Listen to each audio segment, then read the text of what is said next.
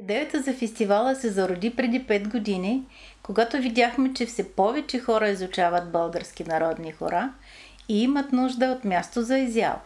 Желанието ни бе да покажем на прекрасния гостоприемен град Плевен красотата на българския фолклор.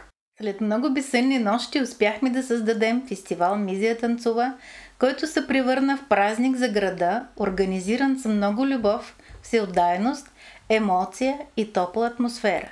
Градът ни разполага с голяма и удобна зала, но ние поехме този риск и въпреки това каним клубови от цялата страна.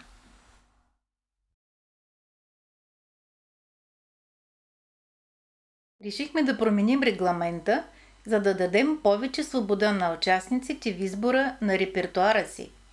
За наградата за северняшко хоро ще се състезават само тези, които изрично са посочили, че искат да играят за нея.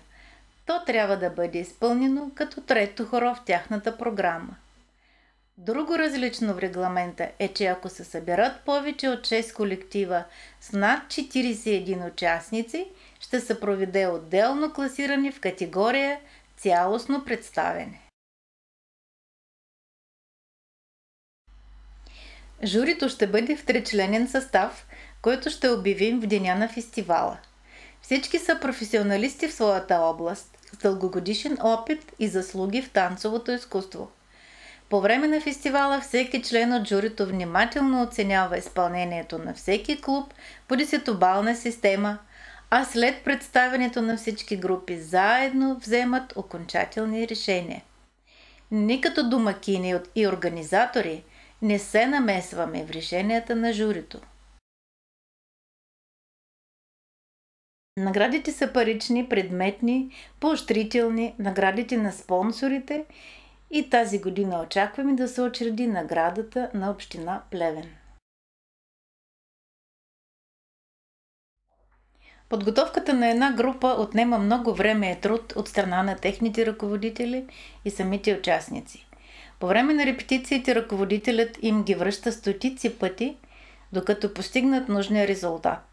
За 6-минутното изпълнение те трябва да покажат най-доброто, което са подготвили. И понеже ценим целият този хвърлен труд за подготовката на всички участници, искаме да ги стимулираме и наградим. А след напрегнатия фестивален ден, ние организираме гала вечеря, на която искаме всички хора да се отпуснат, запознаят, да забравят за конкуренцията и да потанцуват заедно. Ние от своя страна се опитваме да ги провокираме с различни изненади, игри, специални гости и така нататък.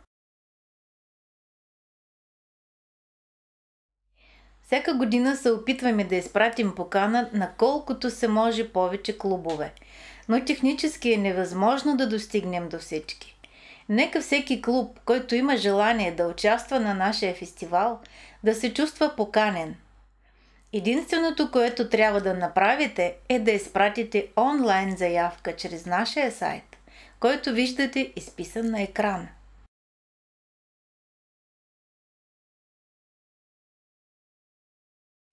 Искаме да благодарим на всички участници, които ни изпращат многобройни благодарствени писма.